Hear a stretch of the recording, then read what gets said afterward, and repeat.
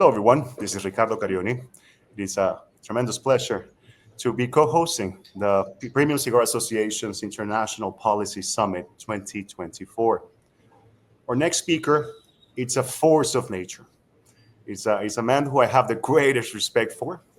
Any of us who've ever had a chance to go with him, to work with him, to try to follow his pace at any point in anywhere around the globe where you would find him, will realize that we don't have that stamina and energy. So it's a man with a great determination, great commitment, tremendous vision. I think one of the very first original disruptors of the industry.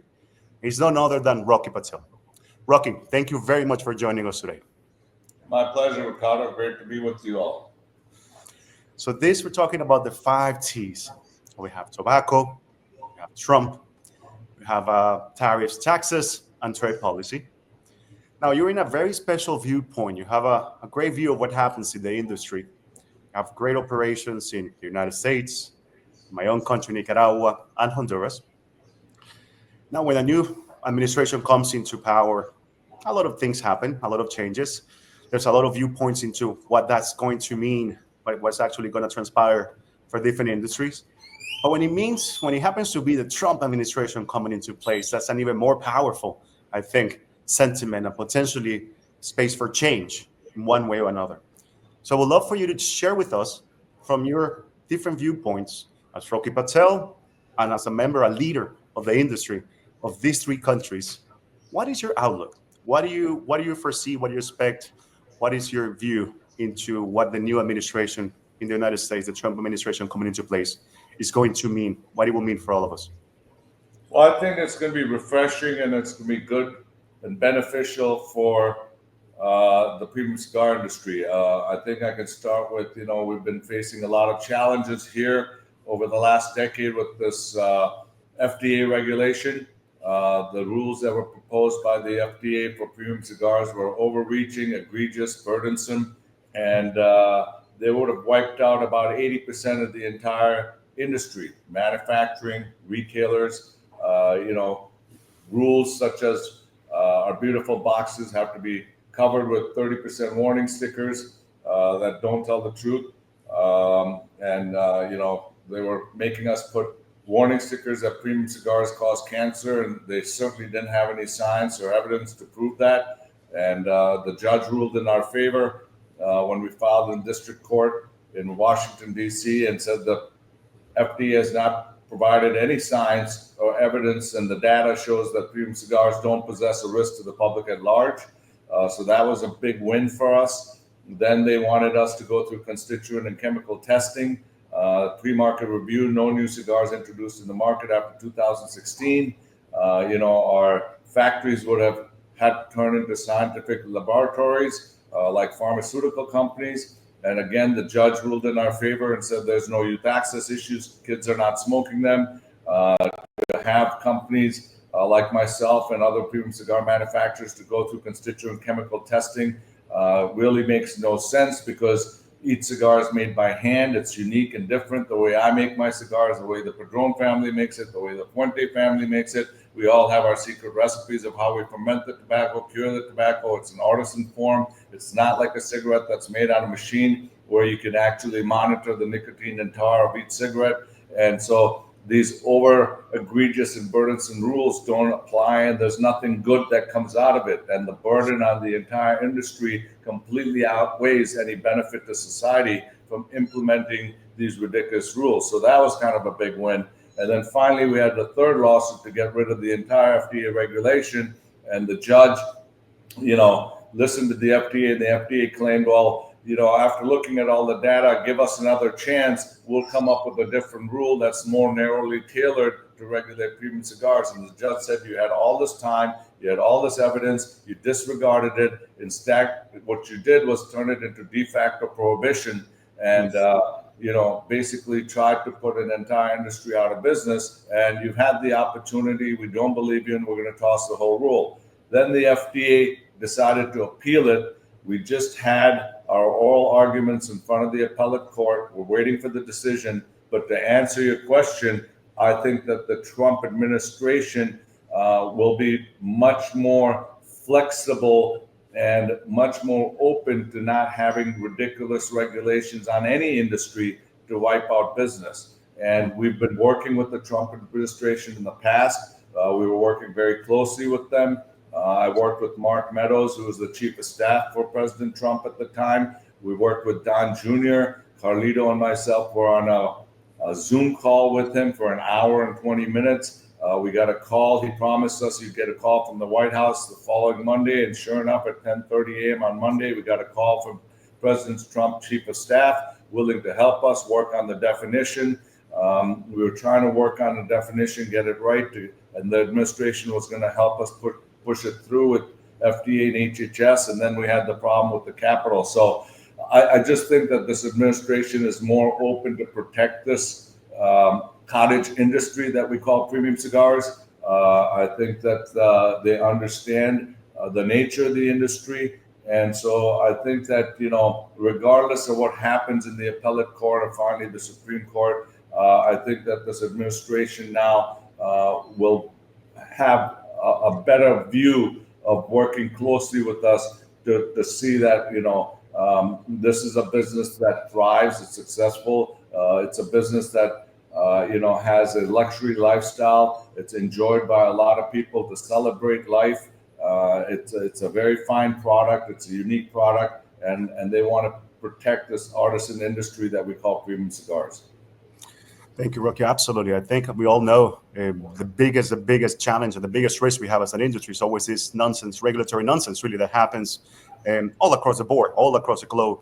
But it's refreshing, as you put it, to hear that you had that already, that prior relationship. There was a pathway that was being taken, and all these victories that you've achieved alongside all the key families in the industry who have been working very hard to make this happen and defend the industry from what you said, obviously wiping up off 80% will have been a complete catastrophe. So that's a fantastic, good outlook, I would say, from what's coming ahead, at least in terms of what it could be. Now, aside from the regulatory, if we go a little bit more into the commercial side of it, so say in terms of taxation and perhaps also taxation to other elements of commerce that are very significant and very influential into our industry, gas and so on. What's your outlook on that side of things, aside from the regulatory framework? Well, we also were facing an issue with possible tariffs out of Nicaragua. I think the Biden administration was looking, because of what was happening with the government, the present government with Daniel Ortega in Nicaragua.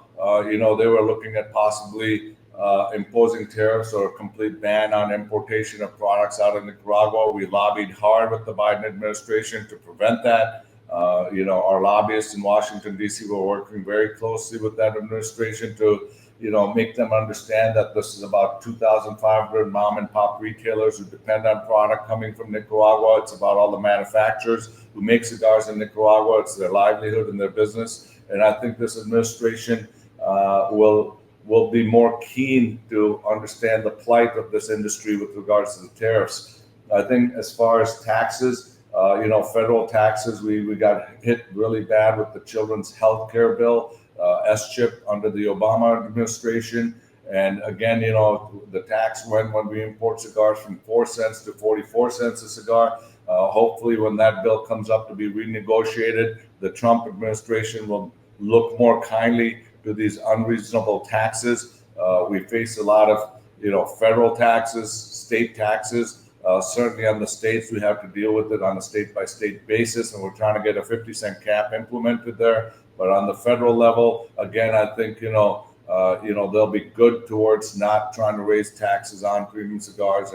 And so overall in this country, I think this administration will be much better off for the premium cigar industry. Fantastic. Great to hear. And the fact that it's in principle and in actions and in the record has set it straight in terms of how much of a pro-business government this is going to be and how much importance and support it gives to local businesses all across the board. So that should represent, as you mentioned, a step forward, right, from what we experienced in prior administrations. Okay. I mean, one of the challenges we might have is, I know that looking at imposing tariffs in China, and a lot of us import some of our packaging from China. We certainly import lighters from China, ashtrays from China, things like that, some of our accessories. So we'll keep a keen eye on that to work closely with the administration to make sure that's not impacted. We're having a lot of problems right now. We have 2 ships that are stuck in the Panama Canal because the Chinese are trying to get all their cars and auto vehicles and everything, sent over to the U.S. Because they're all nervous about the tariffs that the Trump administration will bring on these other products. So there's a backlog in the Panama Canal, and I've talked to many of my brethren in the manufacturing side, and we all have packaging that's delayed because these ships are like 4 or 6 months behind in delivery because of so much product coming from China trying to get here before the tariffs are imported. So that's one of the issues that we are facing that we need to keep an eye on. Yeah, it sounds like the Chinese element and the relationship with China will require a lot of efforts and a lot of work from everyone's behind side, right, to make sure that hopefully that doesn't become a bigger issue than it already is. There's a more sensitive topic, perhaps for many, when it comes into many Nicaraguans, many Hondurans that for the past few years have had almost an incentive, if I want to put it bluntly, to leave their countries and head over to the States. With the change in that, what is your view on that? So that has been a major problem. So we've been losing so many rollers at the factory. It's impossible to keep workers in the farms. Between our farm, talking to the Placencia family, talking to Abdel Fernandez, a lot of these people, we have major issues trying to keep people in the farms because a lot of them had open borders when they fled and came across. And so we lost, when we were down in Esteli, you see caravans with hundreds of cars filled with people trying to get across the border, going to Honduras, Guatemala, Salvador, Mexico, and into the U.S. And so we've lost a lot of people on this. The tightening of the borders, will be a big benefit because what happened under the Biden administration with these open borders absolutely just devoured the country. We lost so many people, and they had this dream of coming across to America and everything handed to them that they were just leaving, thousands at a time, and it created a big problem in Nicaragua. I mean, I can tell you all the conversations that I've had with cigar makers and growers, producers here in Nicaragua, and the same in Honduras. The challenge that it is, right, to get human capital, to get workers, really, is what, if anything, that's probably the highest, the biggest pain point that's really impacting the fields, the factories. So there's an expectation, from what I hear, that with a different approach, a more constructive approach, really promoting people staying in their countries and doing the best in their countries and continuing to enjoy the work and the benefits that manufacturers like yourselves provide to them and growers provide to them. Hopefully we'll stop, right, that drain of talent that's going to different countries all across the board. Excellent. Absolutely. Make a big difference.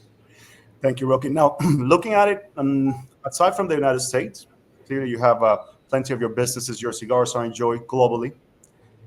In Europe in particular, we experience a very, very tough situation with the implementation of the track and trace rule. And several other policies that keep making it troublesome and difficult, really, to trade.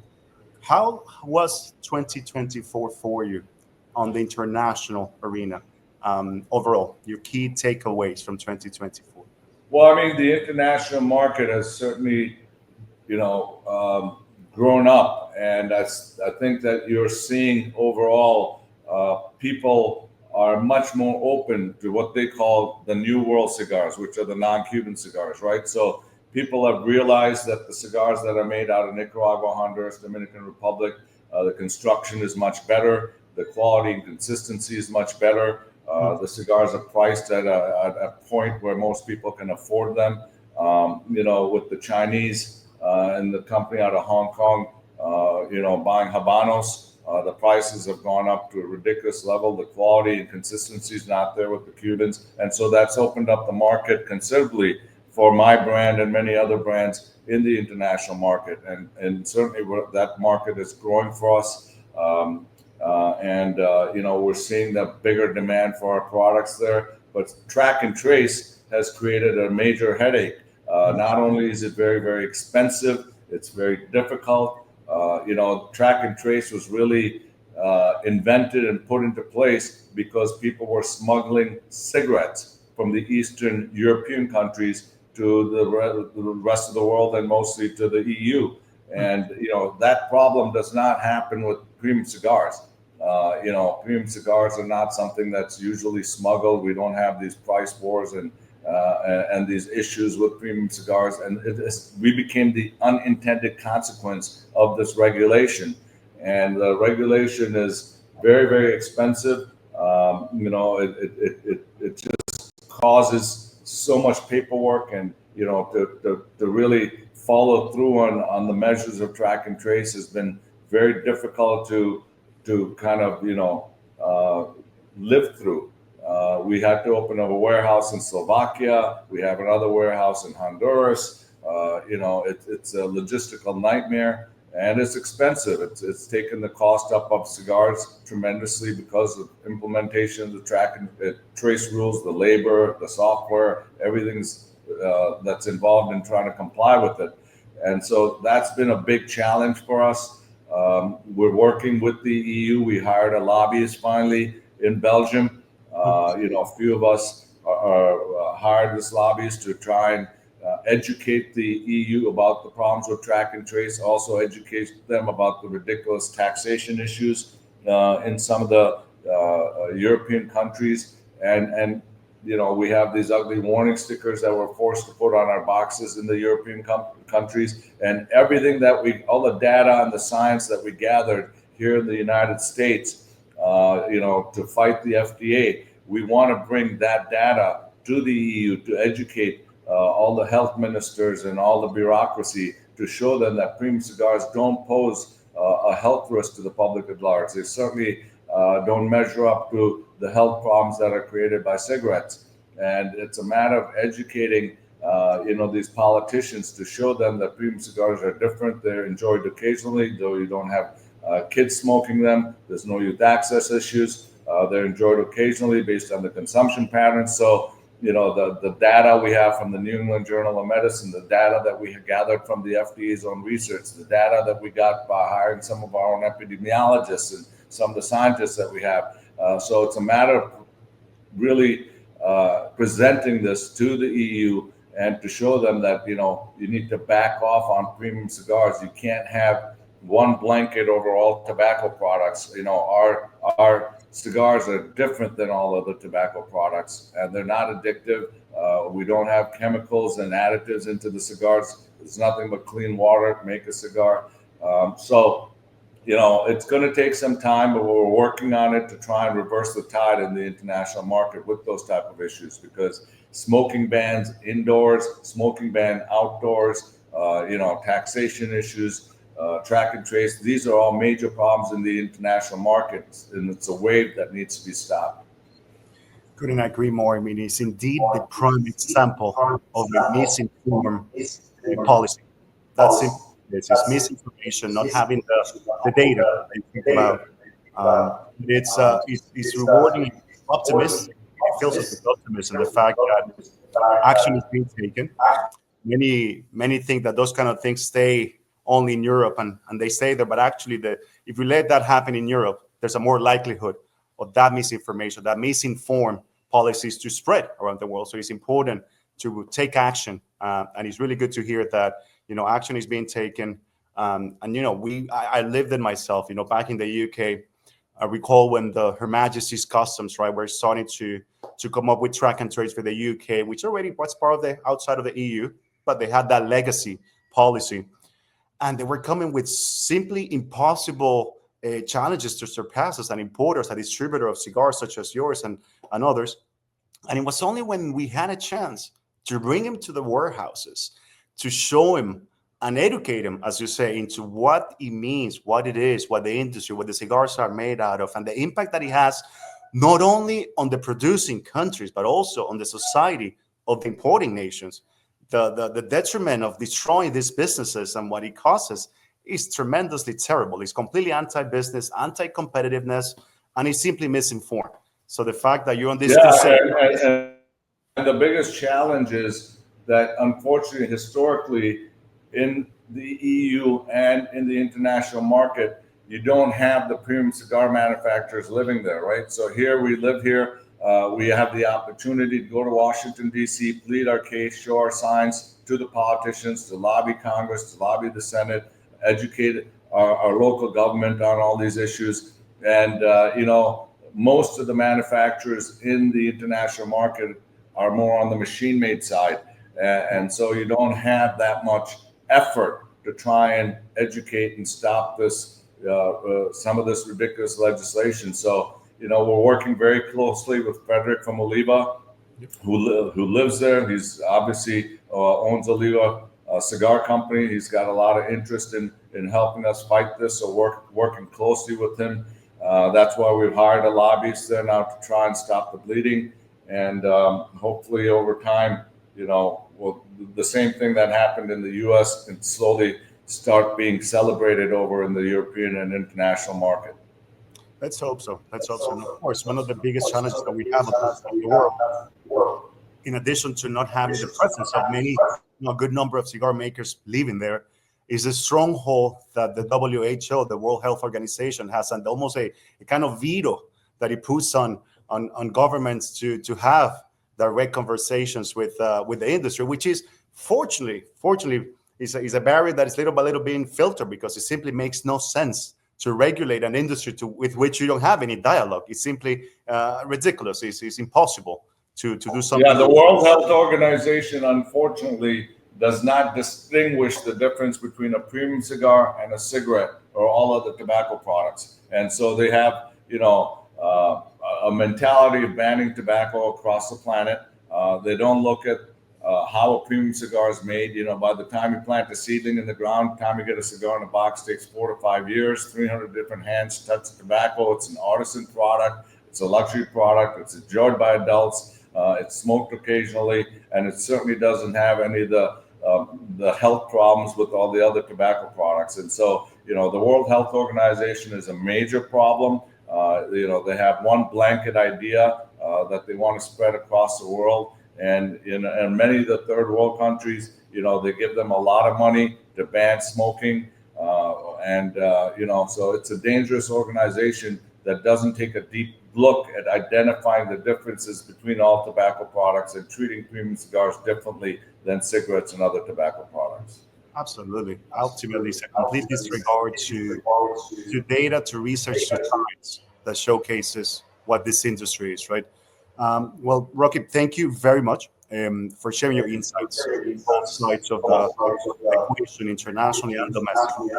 My pleasure, Ricardo, and thank you for bringing this to light, because these are important issues, and everybody that enjoys a premium cigar, everybody that works in the premium cigar industry, from the farmer to the rollers to the retailers, the manufacturers, and ultimately the consumers, this is a very, very, very important issue. And thanks for bringing it to light. And we all need to fight together, and otherwise this industry will be under attack for decades. So this is important that we all get together and realize that, yes, we've discovered the challenges in America, we've fought through them, and we're making progress. And now it's time to take it to some of the international markets, the EU. And it's a battle that's not going to stop, but we've got to keep fighting. Thank you very much, Rocky. And we leave everyone with that call to action, that message of, yes, optimism, but resilience. But it's not going to fix by itself. We all need to put our efforts and work together.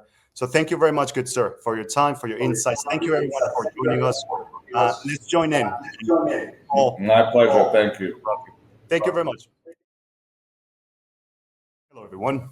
It is a great privilege and a great honor for myself, Ricardo Carioni, to be co-hosting this year's International Policy Summit in partnership with the Premium Cigar Association and the Cigar Academy. Our next speaker is no stranger to anyone, I think, in this industry. What their company have achieved and the importance that they have for the whole Nicaraguan cigar industry. They were the first ones, they're the origins, they're the pioneers. I think most people in our industry will, at some point or another, would have been involved or close to, will have tried to get close to Joya de Nicaragua. It's sort of the university, the origin of knowledge in many ways for Nicaragua and for many places eventually in the cigar world. It's a fellow Nicaraguan who I have the greatest respect for. I've been very privileged to have the chance to work with him on various occasions. So when we invited him to come in, one of the things that I know about our dear Juan Martínez from Huela, Nicaragua, is that as an economist per trade, he keeps attention to data. He pays attention to things, and he plans accordingly. I've been exposed to the analysis and planning and outlook and work that they do as a company, and it's extraordinary. I really have to say so. So Juan, thank you very much for joining us today. Much appreciated. Thank you, Ricardo. Thank you to you and to the PCA for having us. It's a great pleasure. It's our pleasure. So we're talking here the 5 T's, primarily tobacco. We're talking taxation, trade, policy, and a bit of Trump in terms of the impact that the American market has on all cigar makers, quite frankly, and most countries in Latin America. But I wanted to start, and I think our people following today's session are very interesting to hear the viewpoint as a cigar maker from Nicaragua, and with a great presence across international markets all over the globe. If you were to look back at 2024, Juan, and think of your highlights in terms of achievements and challenges that as Hoya de Nicaragua, and to a certain extent as a Nicaraguan cigar industry, would you be able to share and put your finger on for us? Well, thank you very much, Ricardo, once again. I think 2024 was an interesting year. It was overall a positive year in the balance. However, it was a year that it wasn't exempt from challenges. As you well know, everybody knows that the last 3 years, actually the past 4 years have been quite challenging for our industry for many regards, not only on the supply side with the challenges that we've had with availability of materials, tobacco, labor, so on and so forth, but also on the demand side. Not only in the United States, but globally, there have been a lot of opportunities as well as many challenges, but it's been overall quite positive.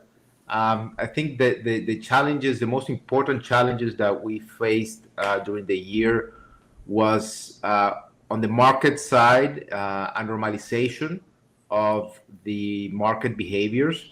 We saw key markets around the world, and the United States included, where demand sort of tapered off. It balanced off after a few years of incredible growth and incredible opportunities for all of us. But we saw the same happening in many countries around the world as a result of the normal market forces, of course, after so much growth.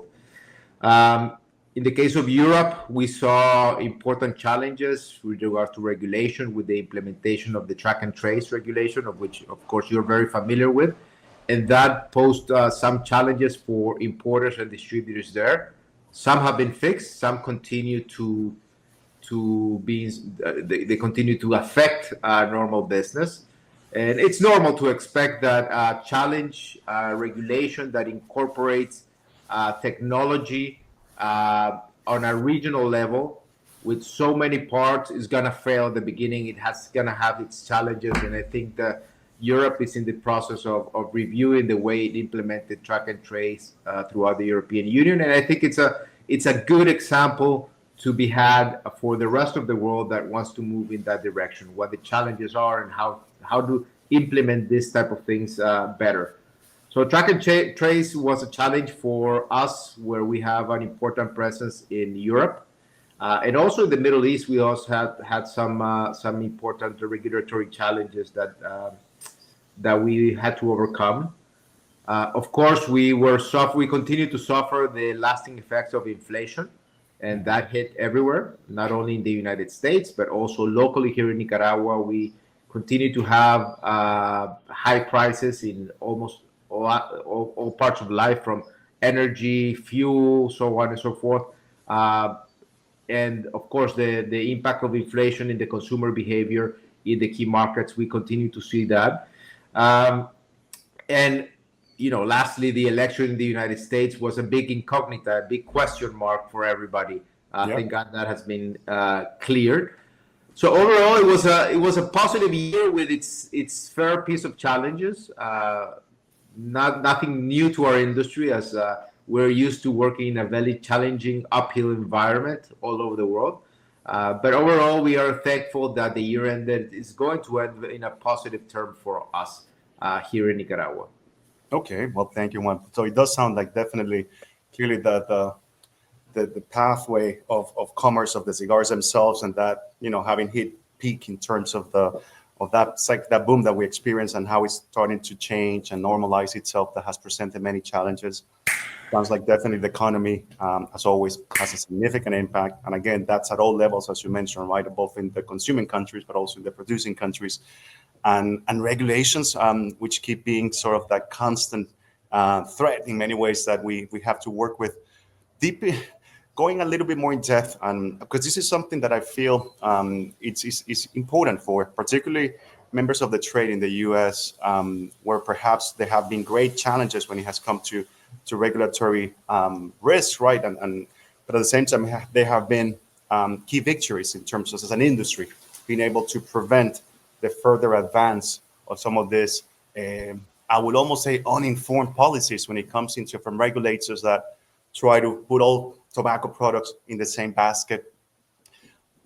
Any key lessons would you say learned from yourselves as cigar makers, as members of this trade, when it comes into regulations that we can take from Europe in the context of the US? Or anything that you see there that we feel that were good takeaways and or perhaps good cautionary lessons coming from the future within your space of control primarily, right? Not within the space of control of regulators. Anything we could do better or we can learn from that at all? Well, and I have to use the case of Nicaragua because we too have not been exempt of regulatory changes locally. Good example. And I think between our experience and the European experience, one of the key lessons is, one, you need to prepare yourself with due time. You cannot leave things to the last minute because that's when you start having more issues. And of course, we're in the day-to-day, so we end up pushing and postponing things that we need to prepare for later on. So as a key lessons for all of us is to prepare ourselves, to educate ourselves on what the regulations mean and how to implement them properly.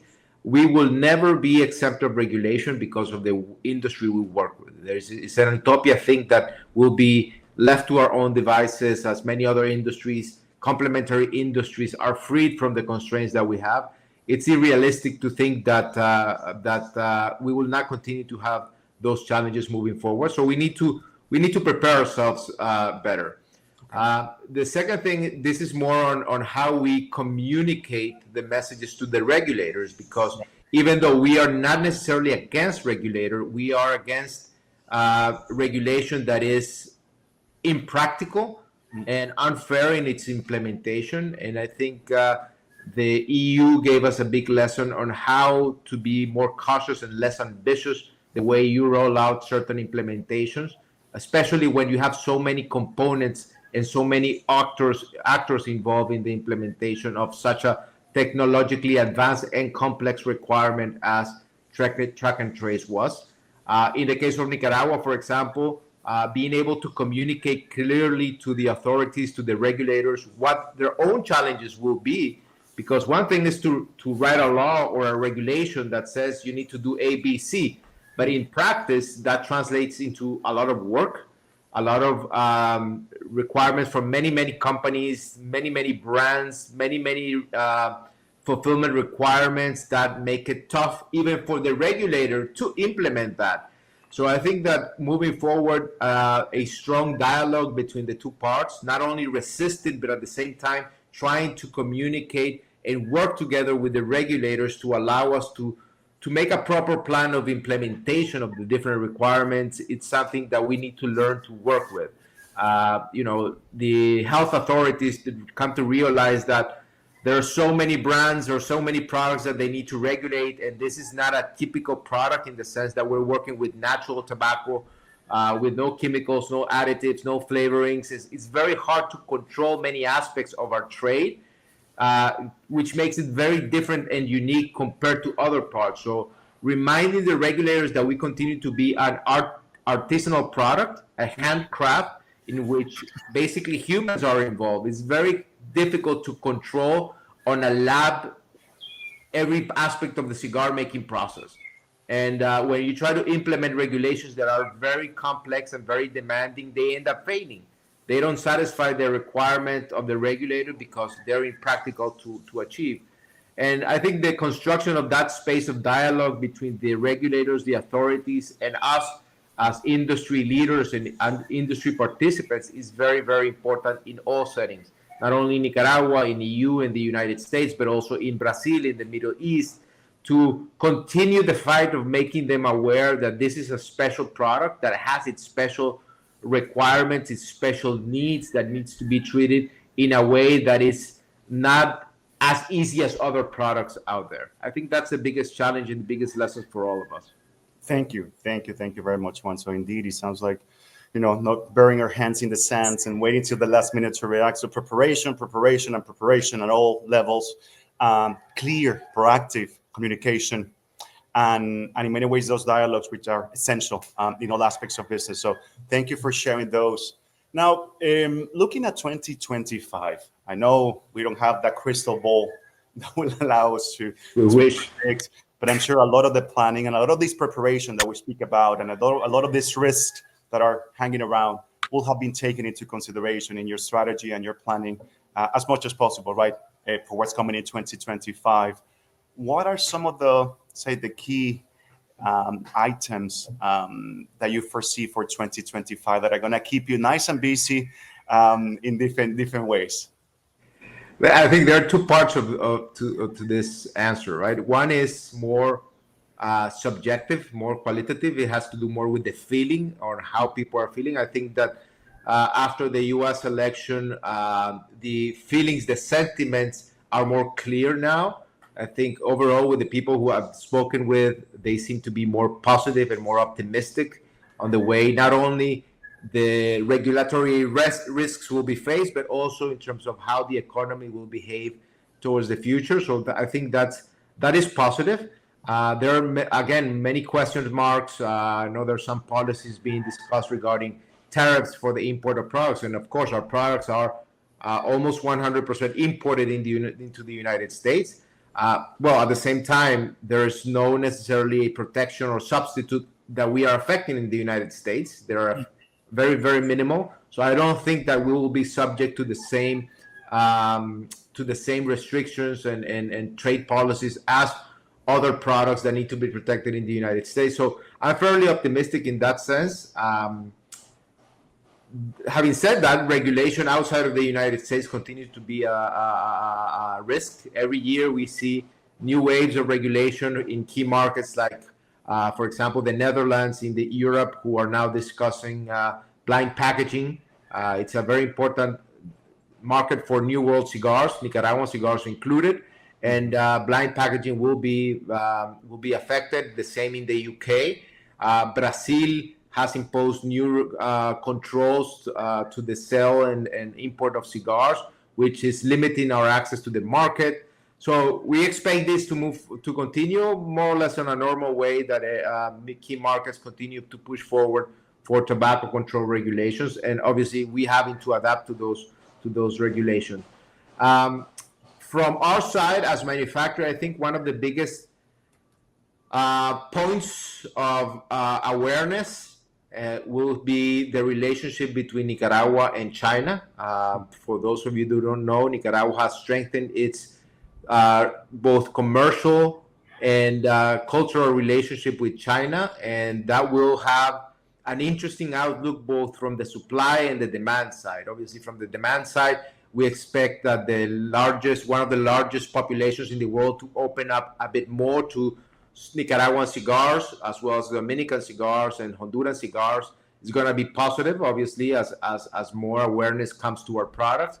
But at the same time, that represents a higher demand for our products, which inevitably will affect our capacity, our capability to supply to other key markets if China opens up to our products. But also in terms of supply, we see some challenges in being able to respond to the interests, wants, and needs of power economy like China with respect to the supply of tobacco, supply of materials. That's going to exercise a bit of pressure from the supply, from the manufacturers, from the tobacco growers. We are already seeing a lot of speculation in the market regarding tobacco availability and pricing. We know that this will exercise a lot of pressure for onto the prices of raw materials, which will inevitably eventually hit U.S. consumers, the trade. So that's one of the things that we need to keep an eye on. The relationship between our countries and our country and China will have an important force, which up to this date we have not put a lot of attention to. So if there's a key point that in terms of trade and policy that you guys in the United States need to be aware of is the role that China is slowly having in our countries in the region. Okay. Well, thank you, Juan. Sounds like a year of where we have an outlook of cautious optimism. As you say, I think exactly. Cautiously optimistic. We don't foresee any market forces other than another tragedy, global tragedy. I think that even with the conflicts that are happening around the world, wars, our industry has been quite resilient up to this date in the way we have responded. Both the market and the supply has responded to the challenges. Hopefully, those conflicts come to an end very soon, and that's only going to help everybody to bring peace to the world and of course, more peace to the households all around the world and the United States, people willing to consume more, to buy more cigars and to manage their, and for retailers, I know that this is a very good, important point, to manage their inventories and their supply properly too. Indeed. And I feel that that's a shared sentiment across the industry and conversations that we're having during this summit. In terms of that, yes, that cautious optimism, but still the question mark of being very, very attentive and how relationship with China will develop, not only for the producing nations, but also then when it comes into tariffs in the U.S. and what it means then that for other elements of the industry there in the States and in other countries. But again, I feel that, as you said it from the very beginning, it's an industry that somehow we're used to circumventing and jumping and fighting a lot of these challenges. As long as there's a lot of preparation, good communication, and resilience, which seems to be a constant factor in all members of this industry. Juan, to conclude, a little bit of a cheeky question, but I suppose, is there anything that we can look forward to from Joya specifically in 2025? Very general or very specific, or maybe you want to keep it in your pocket and we'll discuss it at any point, but I could not help ask you if there's anything specifically from Joya Nicaragua and those of us who love your products can be looking forward to in 2025. But well, before I get into that, let me pick up on that point that you mentioned, resiliency. I think everybody in this industry needs to be aware of two things. First, we have been blessed in the past 4 to 5 years of great opportunities that have made us stronger, that have made us better, that have grown our bases around the world. So today we are in a privileged position compared to many other sectors around the world, even with the challenges that we have in front of us. So we need to be positive, we need to be optimistic, but we also need to be thankful and grateful for those opportunities that have been given to us over the past few years. The world for the cigar, for premium cigars today is a different world than it was 5-6 years ago. The amount of new smokers coming in on board, wanting to explore and experiment our products is it's unheard of. And we are thankful for the opportunity that Joya Nicaragua has to work in this space. And the other thing is that, as you said, resiliency is the key. We know it as Nicaraguans. We know it as Nicaraguan cigar makers.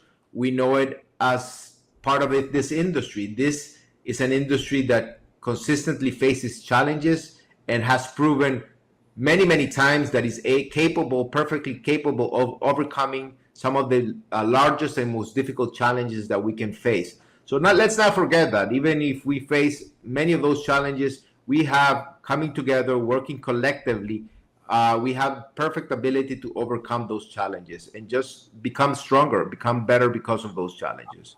So I think that concept of resiliency is coming from Nicaragua. You know, Ricardo, it's a key denominator for cigar makers here and as Nicaraguans too.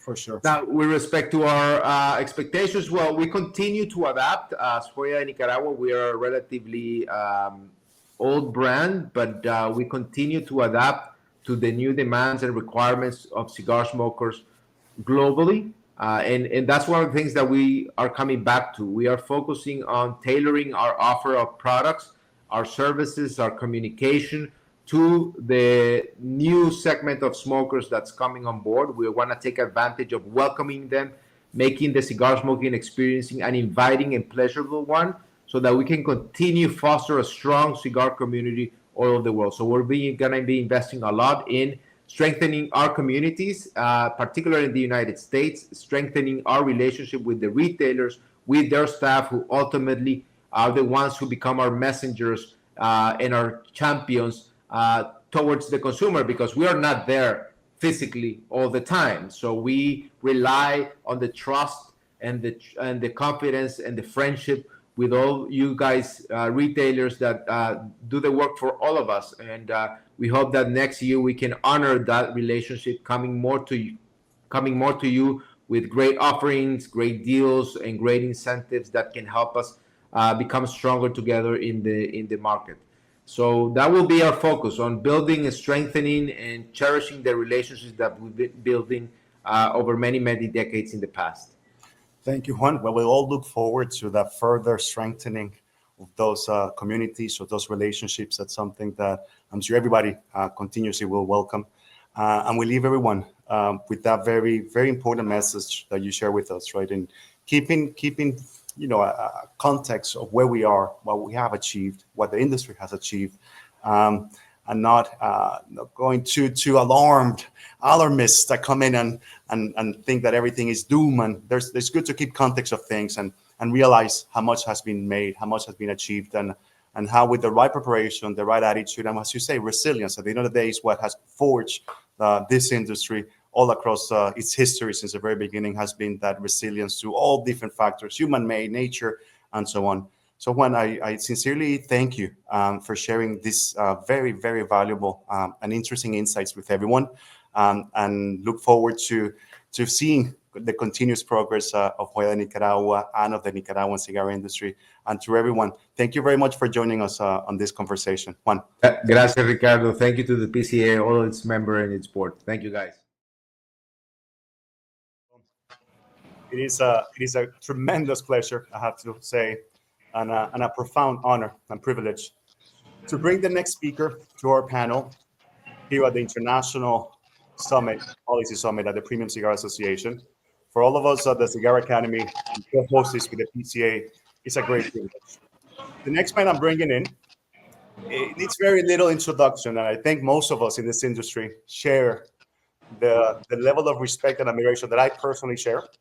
It's a Cigar Hall of Famer, a man who's seen the industry for different points of view at different stages, and has been there. He's been steering the wheel of his organization, of his company, of La Flor Dominicana, a jewel, I think, in the cigar world, something that together with his family, with Ines, with Litto Jr., with Antonio, with Tony, now with Mina, with everyone in the family, I think what they've achieved, I think we all know this and appreciate that, has been extraordinary, and a model, I think, in many ways, of lessons learned, achievements, and mistakes, just like everything else in life.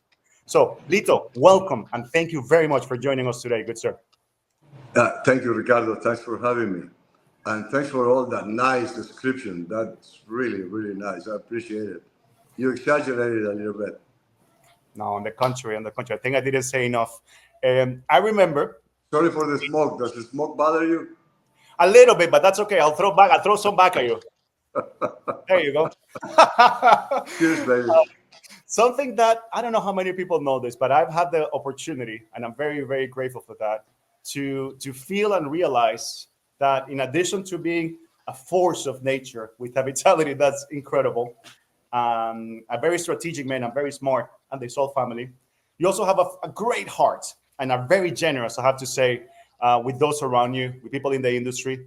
The fact that you're giving us your time today, and every time I reach out to you, you've been very generous with your time. I recall a couple of months, actually, being in your office where you are right now, there in Tamboril. Remember, we brought in a few friends from Italians, one of them, the head sommelier. Correct, yes. And all it took is a call and Litto making himself available, and people that came with us were just godsmacked and spellbound by Litto himself showing us around. But why I mentioned this generosity is also because, being a family business, Litto wears many, many hats. And of course, he has his family to support and they all work together, but there's a lot of responsibilities. Now, I do distinctively recall that it was in those days that I was with you there that the news were announced of your new responsibility as, is it president, would I say, of Pro Cigar, the right term? That is correct, yes. So you assume a role that is of great importance.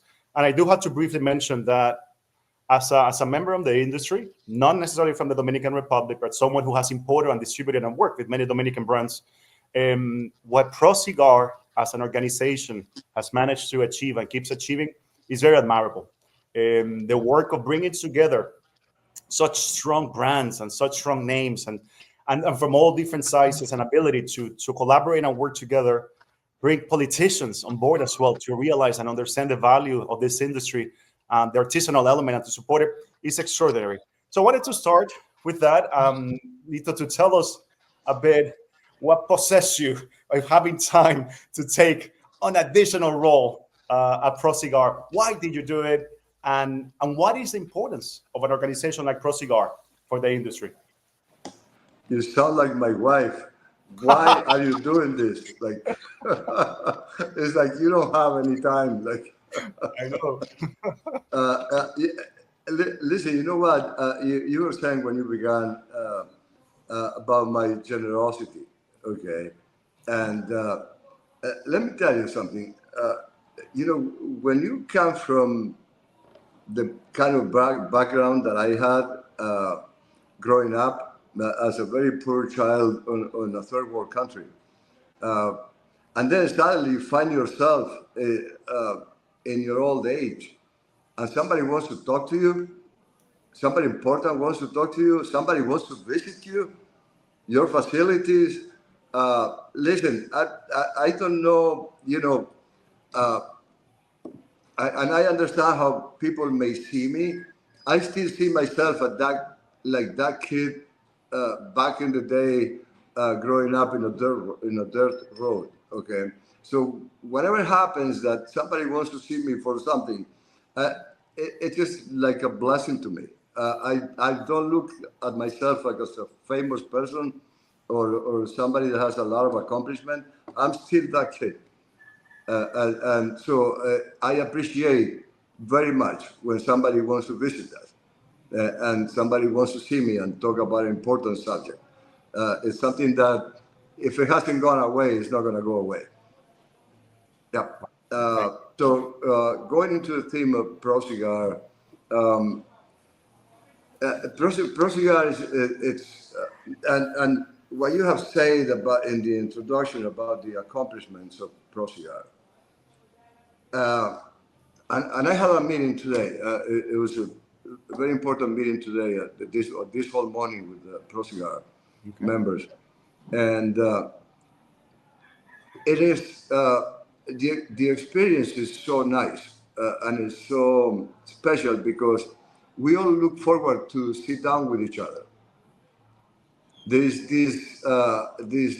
you know it, there's this camaraderie between the members of Pro Cigars, which are all competitors. We all compete with each other. Yet there is this friendship, there is this respect between us. And we know what our job is. Our job is to be better than the next guy, okay? But when we sit with each other, I mean, we like the person behind what's going on at the factory. We like to sit down and joke. And half of the time today was about jokes. And we were having fun, okay? And everything goes so smoothly because everything that is presented is in a way to benefit our industry. And we enjoyed that tremendously. And everything, I mean, who's going to say no? I mean, we present something that's going to benefit the industry. Nobody says no. Nobody's thinking about their company. We're all thinking about, our industry. And there's, obviously a lot of reasons. And I am the first new president of Pro Cigar in 32 years. This is a big deal. Yep. very important. So there was a lot of issues that I wanted to fix or be a part of the fixing of these issues. Okay, and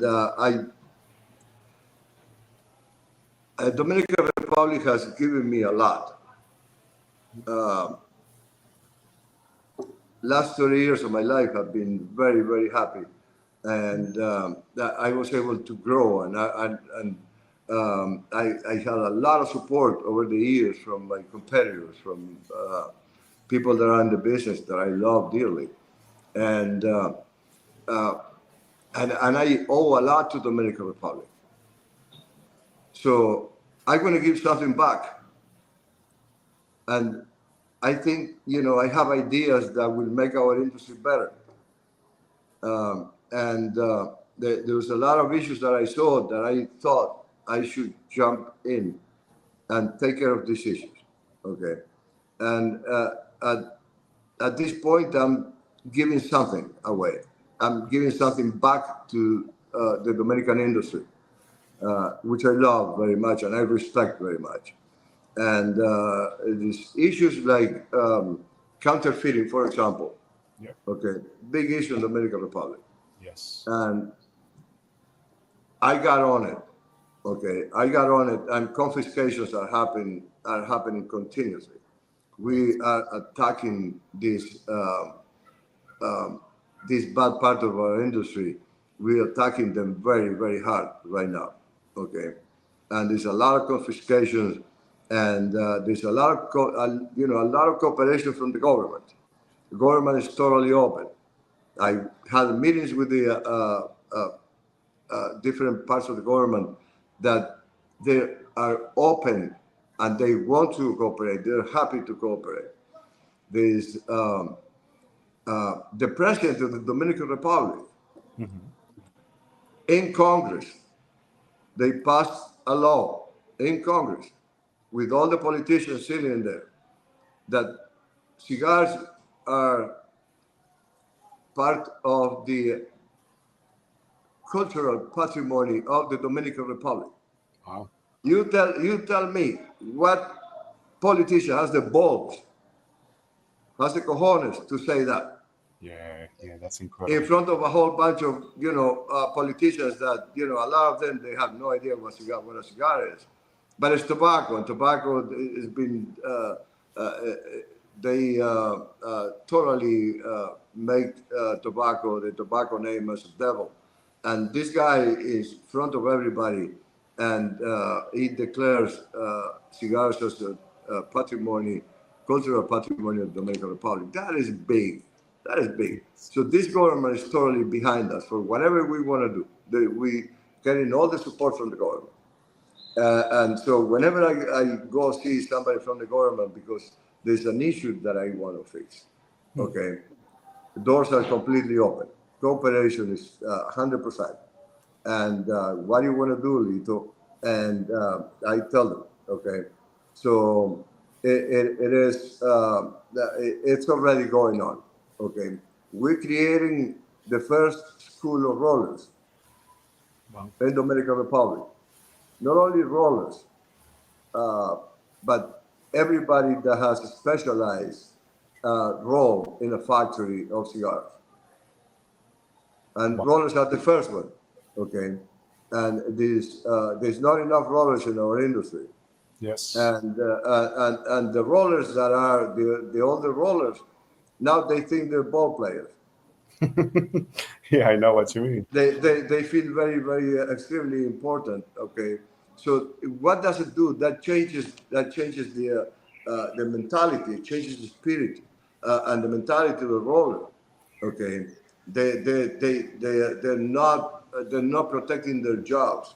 They don't focus on what they're doing, the importance of what they're doing. They don't have that pride of the craft that they were doing. So and they're thinking about money. They're thinking about the next factory that will offer them money, and that is not a good state of mind. Okay, so we need this school. We needed it forever. Okay, and the advantage of having a school that is completely separated, okay, from a rolling room, okay, because we can train our new rollers. Yep. But guess what? When you train rollers in your own factory, they're contaminated with the older rollers.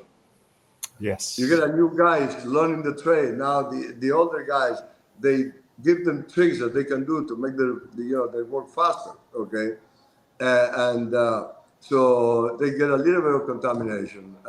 So having a separate school to train rollers, which will be certified by the school, okay, and there'll be no contamination. Those rollers will come out with muscle memory to do things the way they should do things, okay, to roll, to bend those leaves the way they should bend them, organize them in the cigar the way they should organize the leaves.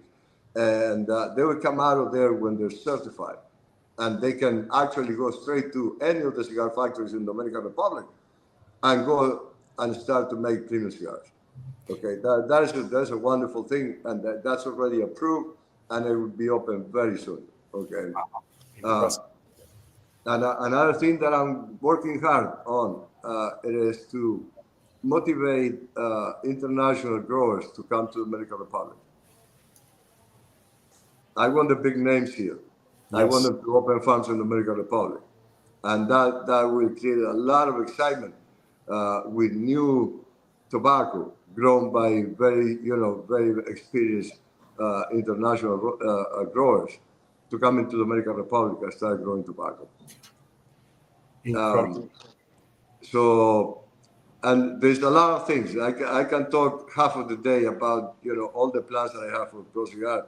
We just had a group of senators and representatives coming to meet with us at a cigar factory.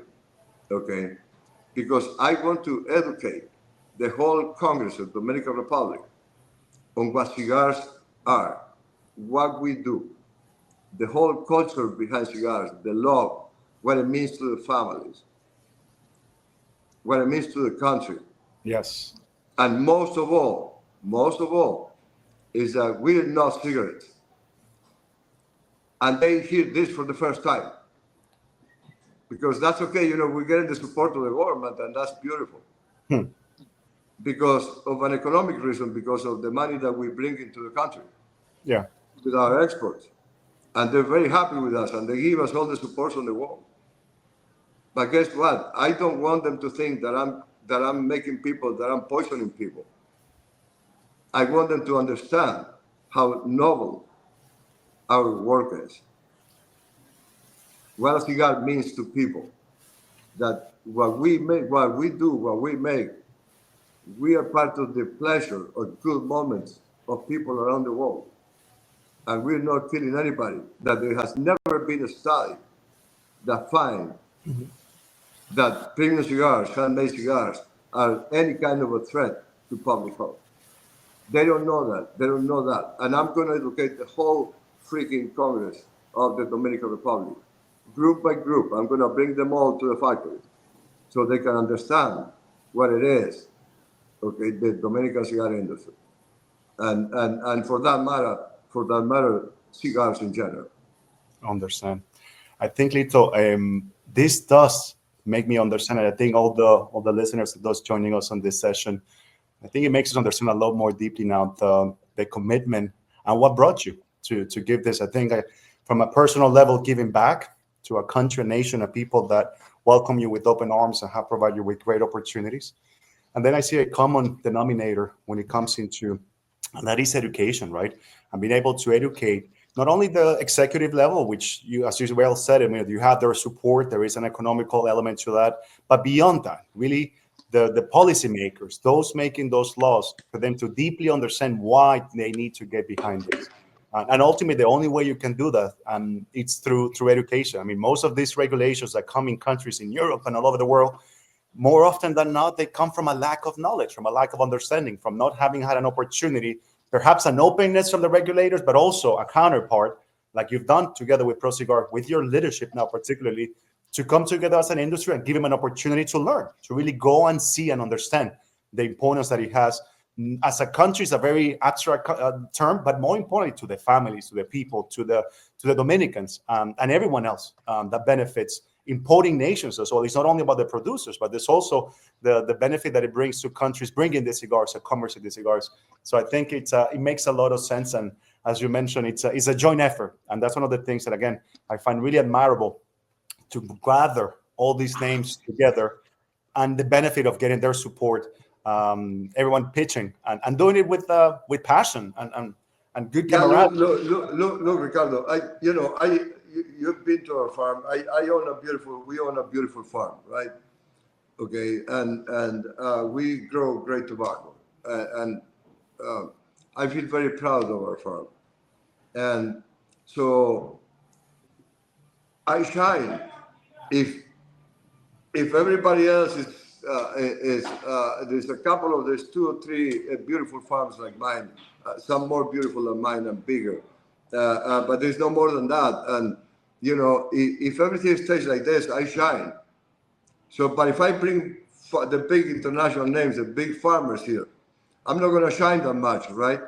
But I don't give a shit about that. I just want the tobacco growing section of the Dominican Republic to be better in general for the Dominican Republic, for the country, and for the cigar industry in the Dominican Republic. And I want that to be better. I don't need to shine. I want people that are better than me coming in here. Why? And I will try to be even better when that happens. Because it's a beautiful thing about competition. So I just want this to get better and better and learn from it. The fact that that I have as a mission to educate every congressman in the Dominican Republic, I'm going to complete that, and it's going to be very soon that everybody is going to know exactly. There was people in this group that I'm going to smoke cigars. I'm going to start smoking cigars. I mean, senators, right? My God, I didn't know this. I'm going to start smoking cigars. Why have I have wasted my time. And they were so enthusiastic about it. Okay, and it was an amazing experience, and they really get it. And that's a wonderful thing, and it's important that they know who we are and what we do. It is very important, I think. Absolutely. That initiative, I think we all should put a spotlight on that initiative as well, of that bringing that cross-breeding of knowledge, if you want to put it that way, right? Cross-pollination of knowledge among cigar nations. At the end of the day, it's an industry where nowadays all countries, one way or another, and producers and cigar makers, they're interrelated in their commercial necessities of tobacco and so on. In fact, I mean, most countries, perhaps a more recent example, take, for instance, Nicaragua. I mean, a lot of the knowledge here was developed because of people coming from other countries to bring that knowledge. And exactly, I think that ability to cross-breed and cross-pollinate that knowledge from one country to another, being best practices, is not only helpful for those who will go to the Dominican, but those who, for the Dominican, but also for those bringing it back to the other nations. So I think this is a great initiative at a global scale. Whilst the Dominican Republic is taking the leadership on that, I think it will have an impact for everyone in the industry across the board. That's good, especially for the consumers, because if there is a new seed being grown in the Dominican Republic by a very well-known growing, that tobacco is going to go to Nicaragua, it's going to go to Honduras, it's going to go, it's going to be in our market in Dominican. Who's going to benefit from that? Smokers.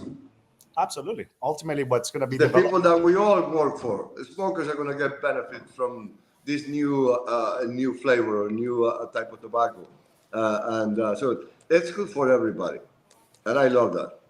No, well, thank you, Litto, for sharing that. And I think again, it's important for everyone to realize with this initiative, with the example of Pro Cigars taken as one of them, the importance of these associations of key stakeholders in the industry coming together for common goals that ultimately, as you say, clearly, end up benefiting the consumers and retailers and consumers at the end of the chain. So congratulations on that effort, and we wish you great success in all the different initiatives that are coming along down the way. Well, thank you on that point. Litto, if I could now, just to kind of shifting gears a little bit, looking at it you have a good view of what's happening in the Dominican Republic as a grower, as a producer, and for followers, viewers, just joining us, it'll be interesting to hear a little bit, and if you were to point out a couple of highlights of 2024. Now that we're closing the year, we're doing this looking at a whole 2024. What would be, in your view, some of the highlights in terms of both, say, some achievements and perhaps some challenges that the Dominican tobacco and cigar industry suffer or experience benefited from in 2024? To me, it was great because there was not a lot of rain, and it rained at the proper moments, and so to me, it was a very easy crop with not a lot of issues, not a lot of problems, weather related.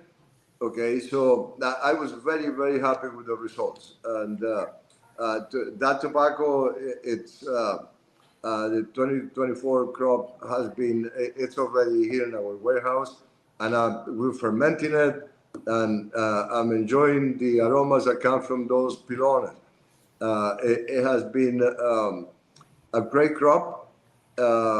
It has been a large crop. And the weather was just like, you couldn't ask for more. It was just perfect. Yeah. So that was one of those almost perfect years.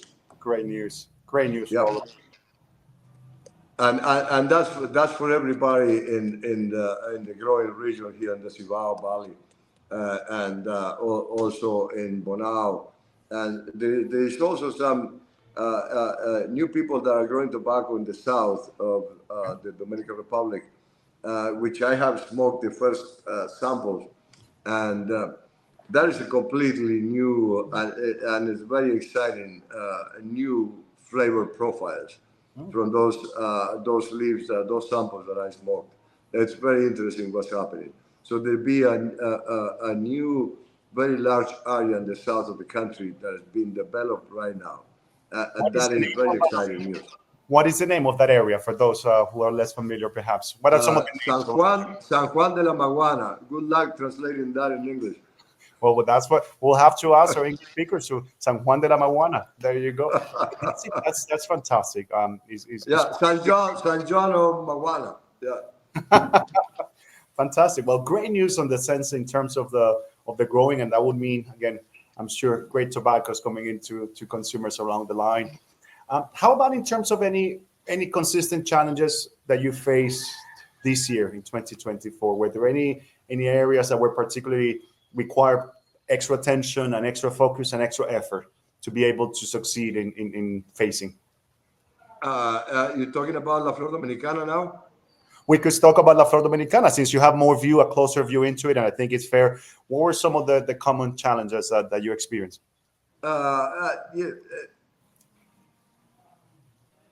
Since COVID, we have been recuperating and trying to increase production, and it has been happening gradually. Okay. So right now we have a huge back order, which is getting better. And as we get into the end of 2024, we're getting a lot better. Our production is a lot larger. The materials that we're working right now are cooperating and they're really good. Okay. And anybody that knows our company knows that we don't like to change plans, and we do what we can do. Yep. If we can make cigars, because I don't like the materials that go into it, and I will not make the cigars. I don't need to sell more cigars this year than I did last year. As a company, we make cigars when we can make them, when we have the right materials. Sometimes tobacco don't cooperate with you, and especially on the maduros, and sometimes tobacco cooperates, sometimes it doesn't cooperate, and sometimes you buy a lot of tobacco and you think it's going to be great, and then when the moment comes, tobacco doesn't react the way it should. And I have a lot of maduros that are not dark enough. Okay. to be put in a box of La Flor Dominicana. Okay. They're not dark enough. They taste the same. They're exactly the same cigar, Yeah. but they don't look the same. And I cannot put them in a box of our brand with our cigar brand because people will look at them and they find them different, and that probably will make them taste different also. Okay, Right. as a perception. Correct. But the cigars are the same, but I cannot ship them. So sometimes you bump into things like that, and that's pretty much it can happen to anybody. It got us into a little bit of a big back order, which we're getting out of it right now. I really look forward to 2025 to catch up with the demand. Finally. Okay. And indeed, I think that has been a challenge that has been faced by La Flor Dominicana, but many other cigar makers, I think, across the board, both in the Dominican and in other nations as well. I think it is a constant challenge, and it can irritate sometimes retailers and consumers. But again, it's part of working in an artisanal industry, right? Where, like you say, quality is non-negotiable. You have your standards, and a lot of these standards are not controlled in any way other than by nature.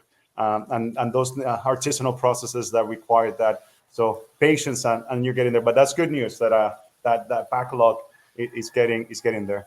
Fantastic. It's getting a lot better. Thanks. Yeah. How about now thinking of what's coming ahead? Of course, we would love to have a little crystal ball and be able to predict what's going to happen in 2025, which is it's impossible. But at least there is some ideas of some sort of outlook, if you were to think it that way, or what's to come in 2025, perhaps even considering the fact that the largest market in the industry, the United States, has a new administration. That was something that was pending, right, for people to have a better idea of what potentially, and I use this straw and I highlight that word potentially and possibly as well, could happen in 2025. But if you were to think, what do you think will be some of the stuff that will hopefully materialize, or what some of the outlooks that you have going forward for 2025, Litto? Well, as an industry, I think we'll be safer. Okay. For the next 4 years. We have a new administration. Actually, we will have an administration. There you go.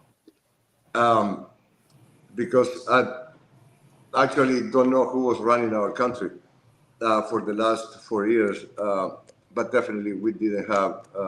It's not the present president that was running the country. So whoever was running the country was going in the wrong direction. And, the new government, the new president is pro-business. As an industry, we will face a smaller danger of being regulated because the new government doesn't believe in regulations. And so I think we'll be a lot safer as far as being attacked by the government in ways we have been attacked before. And, I'm really happy about it. And I remember, I can tell you something. I have seen different presidents, different governments coming into the White House. Some Democrats, some Republicans. But they were, there was not much of a difference. It was the Democrats, and okay, I'm a conservative. Okay, so you have a president, a Democrat president, and there'll be a little higher taxes and a little more government, and then you get a Republican, you get a little less taxes, and there's ways to see this, and people see it in a different way, which I respect. Yep. But there was not much of a difference. Okay, it was Republican governments that I didn't like, and there was Democrat governments that I did like. Okay. But what was happening now? I mean, it was going out of control, man. It was going wacko. I mean, this made no sense with all these extreme liberal governments that make no sense. They will destroy our way of life, our culture. and I don't know exactly what they have in their heads, but I'm that I'm pretty open when it comes to that, whether it's Democrat or Republican. But there was a president, and the president loved the country, and he was trying in his way was trying to do the best he can for the country, and that was what I grew up seeing in the United States, in our country, and but this was going totally out of whack, man. I mean, this was just too crazy, and so I'm glad. I'm glad that we have a new government, and hopefully this was such a disaster, and the elections, the way the American people reacted, proves, okay, that what these people were doing, it was too bad. It was just too bad for the country, so I'm very happy that we found a better way, and we voted to have a new government. And hopefully,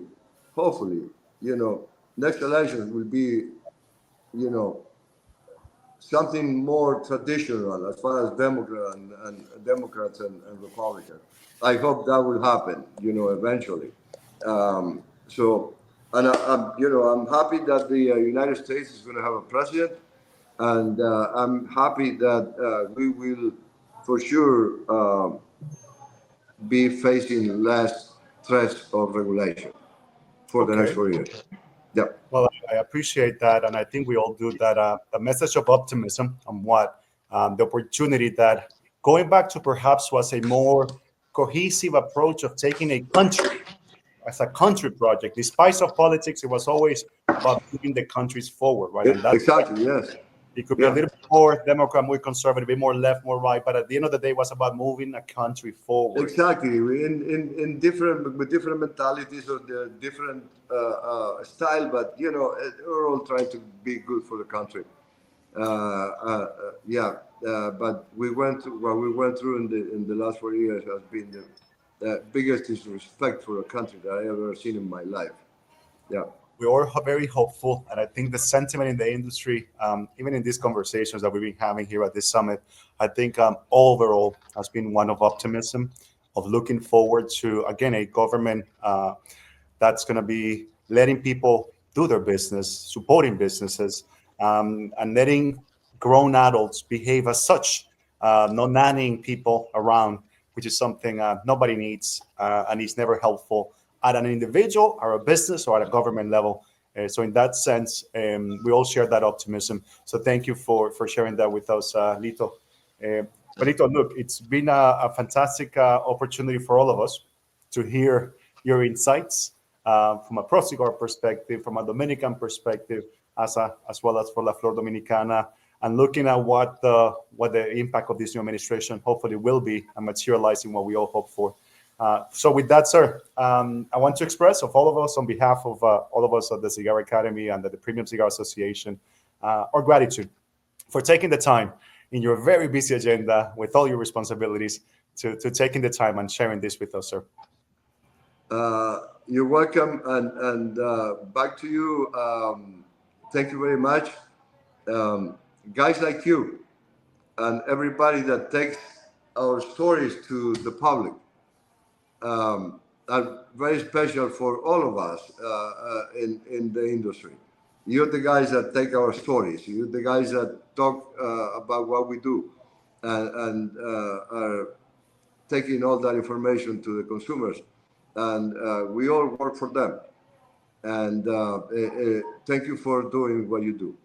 On the contrary, it's me who is grateful for, again, all your teachings, all your lessons that we're learning, and everything you're trying to teach us and what we're trying to learn. So with that, again, we'll conclude this session with a big, massive thank you. And I look forward to seeing you. If it's not in your beautiful island there in the Dominican, we'll see you at the Premium Cigar Association show in New Orleans. We'll do that. Thanks for having me. No, a pleasure, sir. Have a good one, Litto. Thank you very much. All the best to the family. Thank you. Hello, everyone. This is Ricardo Carioni. I'm profoundly honored and grateful for the opportunity to join the Premium Cigar Association's International Policy Summit 2024. I'm bringing in onto the conversation a man who I highly admire. I would dare say with a lot of confidence that when it comes into what his family, his father, himself, his children, his wife, and everyone in his family have been able to achieve at an international, a global scale, they've been pioneers of the cigar industry. And not only that, as a Nicaraguan, I feel profoundly proud of what they have done. They've been builders of the Nicaraguan cigar industry from the very beginning. So, Nick Perdomo, sir, what a pleasure to have you with us today. Thank you very much for joining us. Thank you, Ricardo. My pleasure. Thanks for inviting me on. Well, Nick, every time we've had an opportunity to talk, converse, either in the States, in Nicaragua, in the UK, Scotland, and different parts of the world, you've always had very interesting insights and an understanding.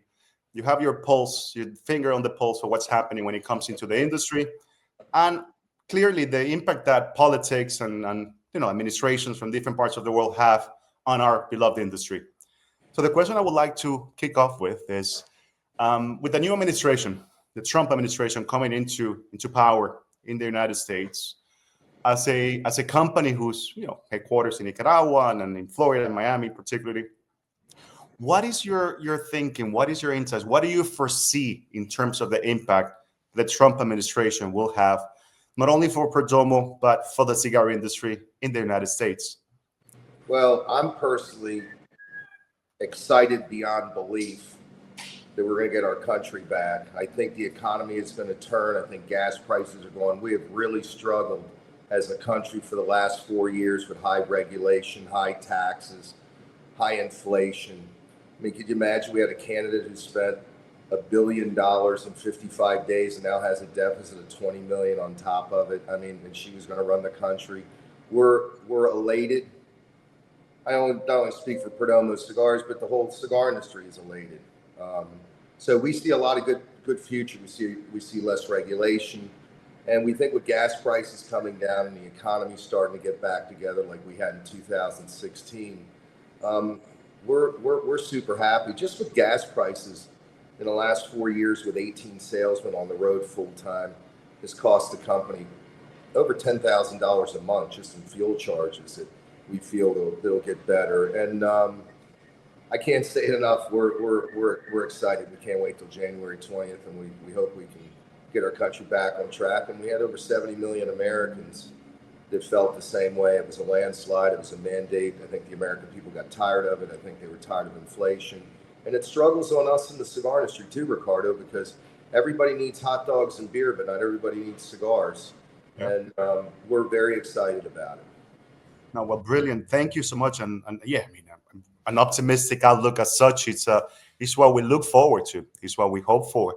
And it's great to hear you have that confidence as well in terms of what deregulation, what having policies that are less punitive to our industry across the different states, in addition to clearly an impact on gas prices that are so fundamental, right?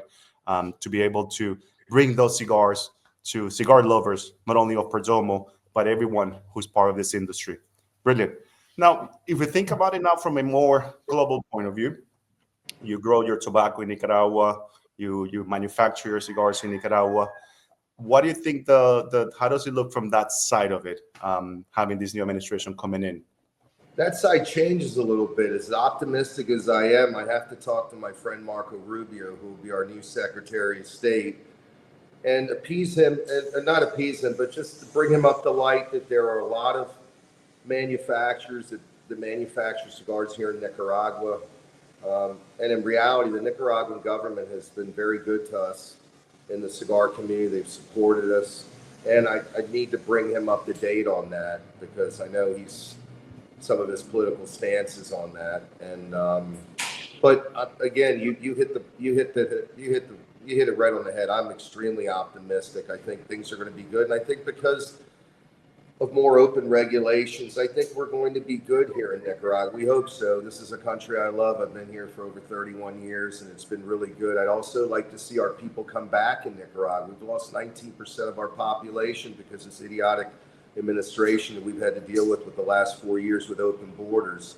Yep. We're very happy that we'll be able to get some of our people back. A lot of the manufacturers have lost a lot of great workers. And we're ready to open our arms to bring them back home here to Nicaragua. I'm sure they miss their families and their children. We pay very good wages, and they've seen the cost of living in the United States. It's not what it's all meant up to be coming in from another country. So we have a lot of great technicians, whether it be from the farms or the box facilities, and we welcome them back. And we're starting to see people come back because I believe President Trump says what he means. And there's a legal way of coming in and an illegal way. So we're excited for Nicaragua too.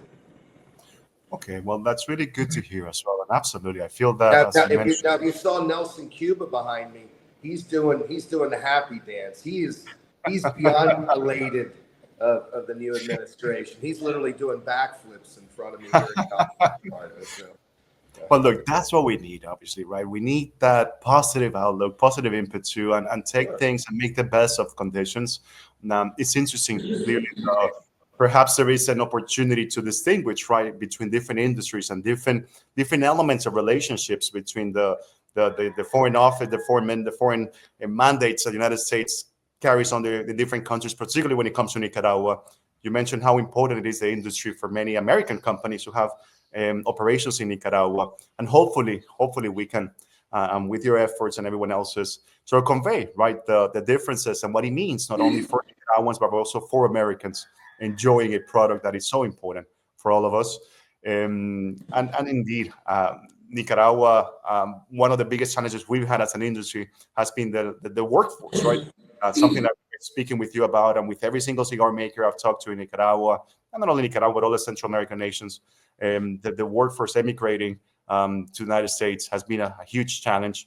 So hopefully this could also mean a return back, as you say, and getting those great talented individuals and families back in action where we need it most in Nicaragua. Now, final question from my end. Now, we talk primarily from a U.S. standpoint and the administration. Just to give us a little bit of a flavor of how's it been in terms of more global spectrum. So when it comes into the international arena for you this year, and what do you think is going to look like for next year, particularly for Perdomo? How's it been so far internationally? What do you expect?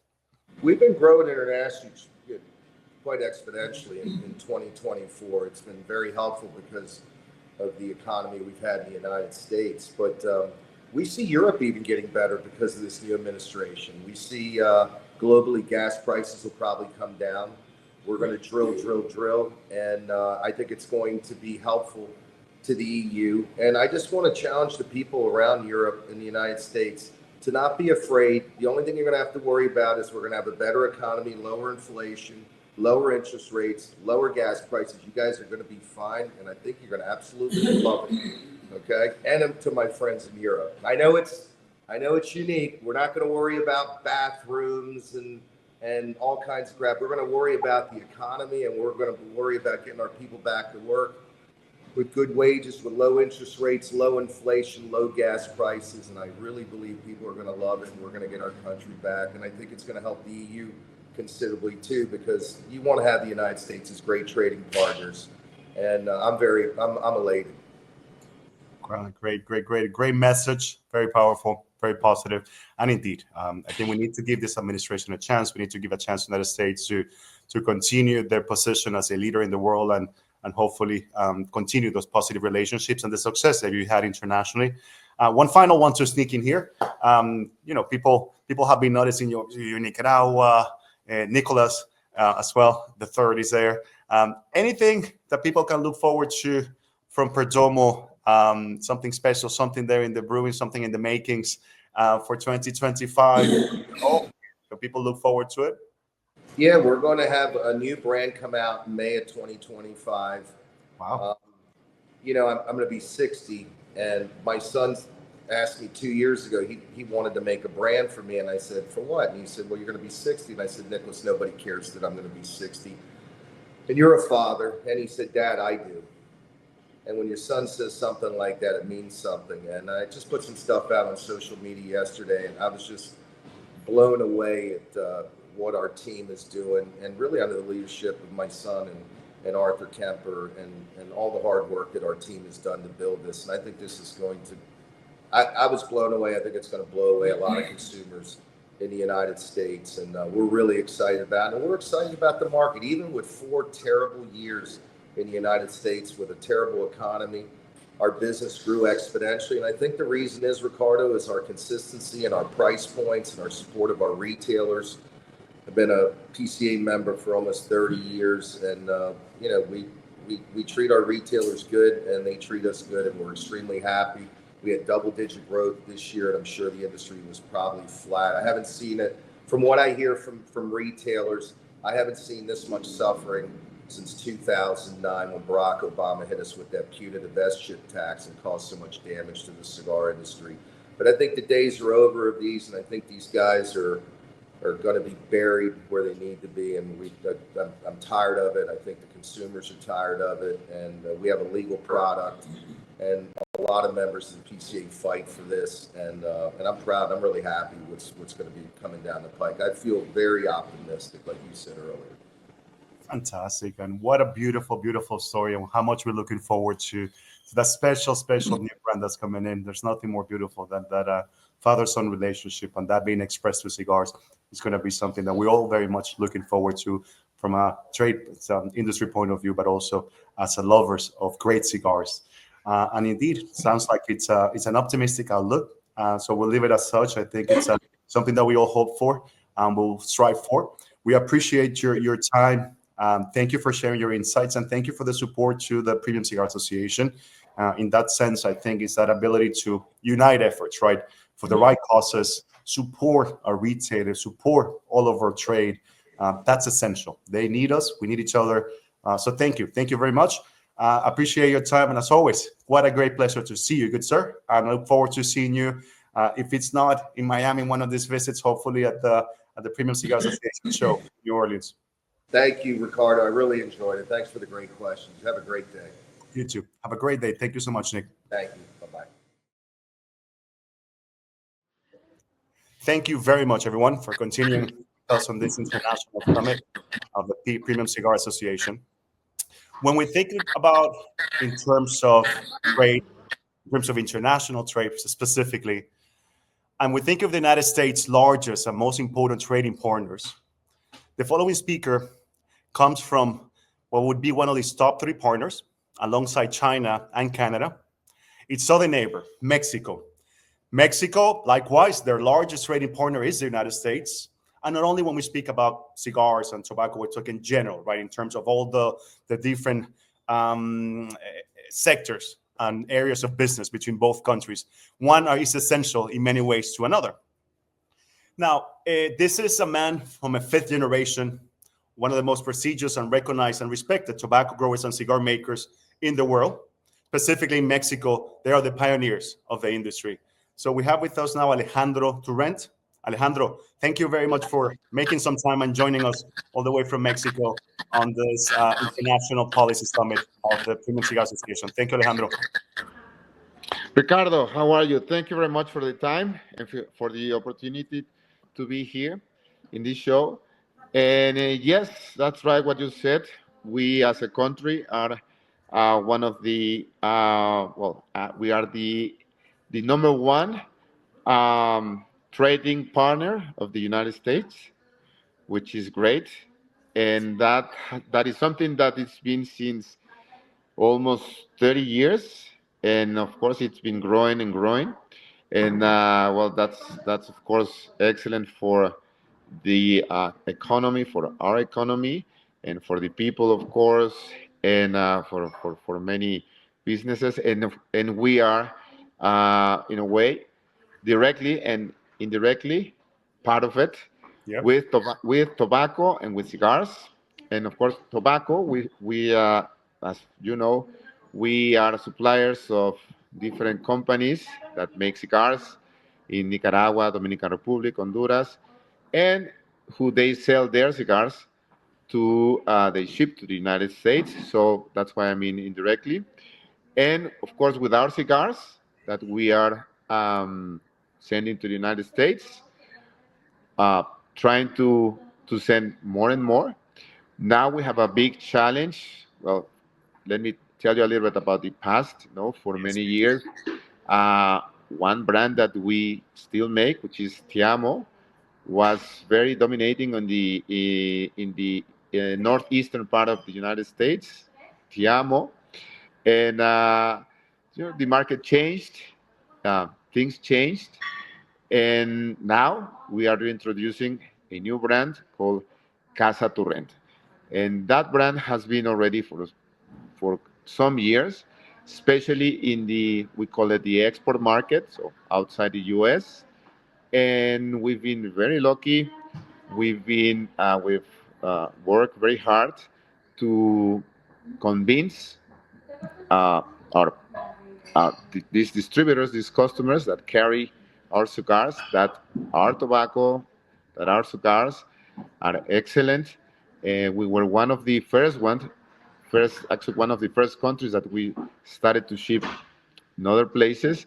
And well, finally, after these many years, we've been able to consolidate ourselves in certain markets, and well, we feel very proud of it. Now, 24 was in the United States the beginning of this new challenge that we have decided to go for, and then next year that's what we are going to be completely myself. I'm going to be completely involved on. No? So we're going after the U.S. market 2025 with our brand Casa Turrent with several lines. We want to introduce or reintroduce what we are able to make. We feel very proud of our tobacco. We want to show it to everybody. We are going to have several lines under the super premium category. Right now, we have Casa Turrent 1880, which is already in that segment of premium, and eventually this coming year we are going to have another more super premium cigars Okay. on that category. So that's what it's next. Okay. No, well, thank you, Alejandro, for giving us a bit of an overview of how's it been 2024 and what's coming ahead, and all cigar people in the trade and aficionados can look forward to when it comes specifically into your brands, into Tiamo, and in this case, particularly Casa Turrent, which is with the efforts you're going to be putting personally in terms of development and growth. Now, if we can take a little bit of a step back, obviously you grow a lot of tobacco, and you did mention obviously a lot of these products are going not just to the United States, but they go to different countries, different cigar making countries. My own country, Nicaragua, Honduras, Dominican, and many others. If you look at it, and I know data can be tricky to gather, but if you are able to estimate in terms of, and ask you the question, how was 2024 overall for the Mexican, say, tobacco industry, particularly when it comes into tobacco for cigar making and cigar making in general? Do you have a sense of how 2024 was for the industry in Mexico? Well, for our industry, talking about tobacco, it was great. It's been growing and growing, and it's been more, how can I say, more formal, because of course there was a moment some years ago, or like 5 years ago, that it was a little bit crazy. A lot of people were growing tobacco because there is a huge demand, Hmm. but some producers, unfortunately, they did they do they no, they didn't have good luck, and I think the people that stayed, the tobacco growers, are the ones that have been for many years and that have been growing good tobacco, and that's what now it's been shipped to these factories in other places, and that's the tobacco that it's been used in super premium in many good brands. Oh, Okay. so 2024, it was also a great year, like the probably a little bit less than the previous because of the reason that I mentioned, but still, it was an excellent year in terms of volume, and I believe quality that was shipped from Mexico in terms of tobacco. Interesting. So it sounds like there's been as you say, a formalization, right? Some kind of a stabilizing the growers and formalizing a lot of those relationships and making a lot more solid, processes and the way they've been stabilizing themselves has been a positive move. And still numbers, whilst not the same as 2023, still very, very high and very good. So tobacco growing, and we can all see it. I mean, in terms of the interest and the appetite for Mexican tobacco, that keeps in increments.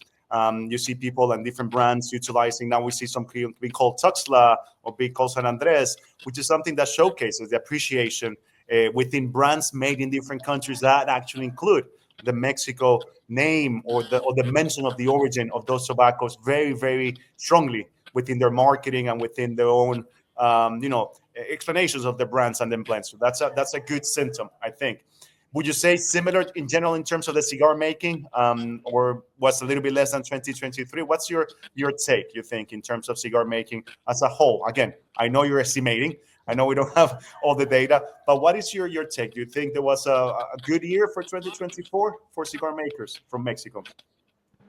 I believe 2024 was very challenging. Economy in many places it was slow.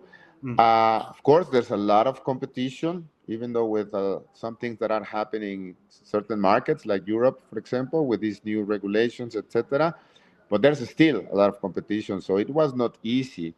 But again, due to the time that we've been uh, close to the market with the distributors, etc., we did very good. No, of course, we could have done better, but those issues, economy and competition, they limit our growth.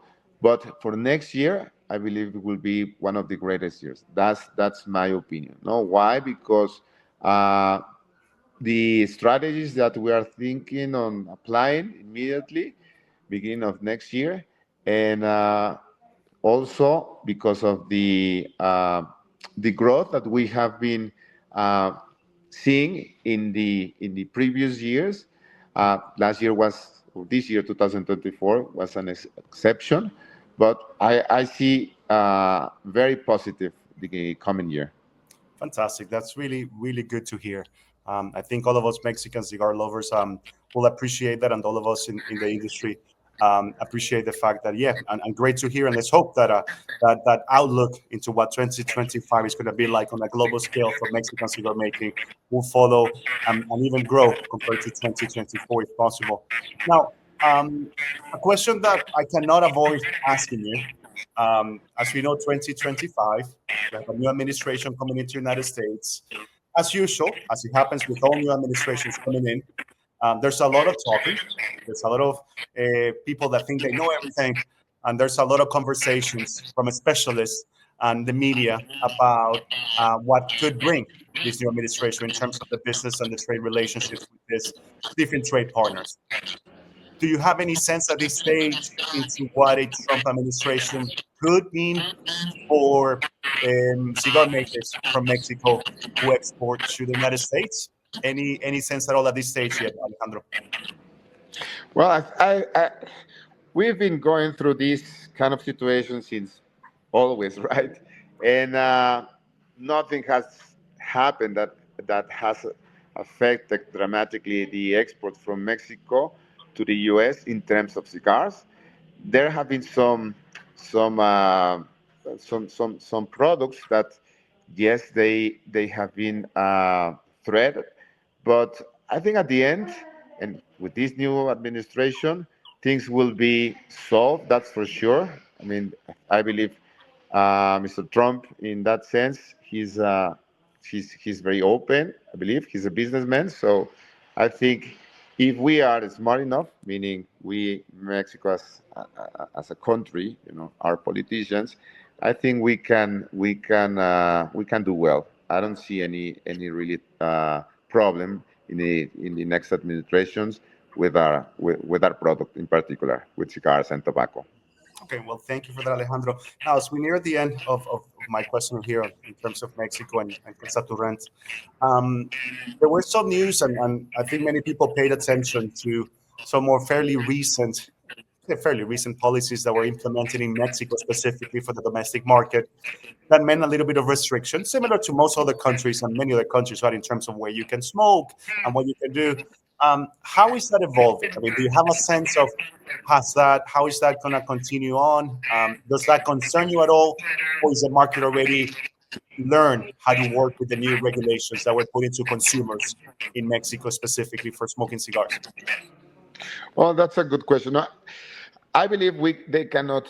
Well, it can always be worse, right? But I believe the authorities have reached to a point that it would be extremely ridiculous to put more regulations on tobacco in Mexico. Also, we use these terrible pictures on the tobacco products. We are very limited in where we are able to smoke, etc. But I believe that if we show them, the difference of cigars with other tobacco products, they will understand that that's something that we've been doing for already many years.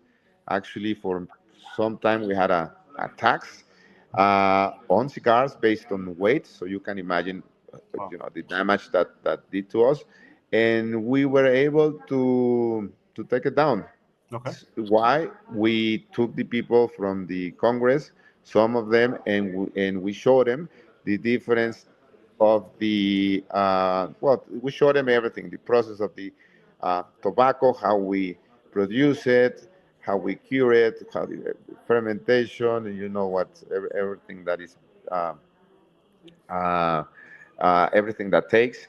Of course, the cigar manufacturing process, and they were amazed. They were surprised. They felt terrible because they had no idea of what it was about. So that helped us back then. I believe this will help us also now and in the future. People, when they see that, they understand completely the difference. So we are not that afraid. Okay, well, that's brilliant to hear. Having been in Mexico recently and seeing that it's a great market that we hope keeps growing and continue to develop as an internal market with great potential, not only to Mexican brands, but all brands that look at Mexico as an interesting place, right, to do business. So this leads me to a good question, well, to another question, a question that it has to do not only now looking at the United States, and with this is my final question. This year, we had it entering into force the track and trace legislation in the United Kingdom and in Europe. Having been on that side of the Atlantic for a while, part of the trade, there were lots of preparations. There were lots of fears in many ways from different parts of the industry. How has it been so far for you adapting and complying as a Mexican cigar maker to track and trace in the European Union and the UK? Well, we've been lucky. We have a partner in Europe that has taken care of this since already 3 years. Okay. So I owe them a lot of respect for that because they really got into it, and that's also the reason why we have no issues at all. Right Okay. now, in the market, well, there are many guests. Some people think that the cigars in the market will be less, but so far, I believe it's the opposite. So it's going to be, because that's the other problem is that the rules are there, but sometimes everyone reads them or interprets them as they want. So we still need to learn what will be the real way that they will manage this new regulation. Okay. Well, Alejandro, we're very grateful for your time, for your insights. It's good to hear the positive outlook that you have for 2025. It's good to hear that 2024 require lots of resilience, lots of efforts, lots of work, but that things stay on the positive track. So with that, I want to thank you again for joining us. Thank you for sharing everything, and that you heard it directly from the voice of the tobacco growers and the cigar makers, the pioneers and leaders in Mexico. Thank you, Alejandro. I wish you all the best, and thank you for Thank participating you very at much, this Ricardo. international summit.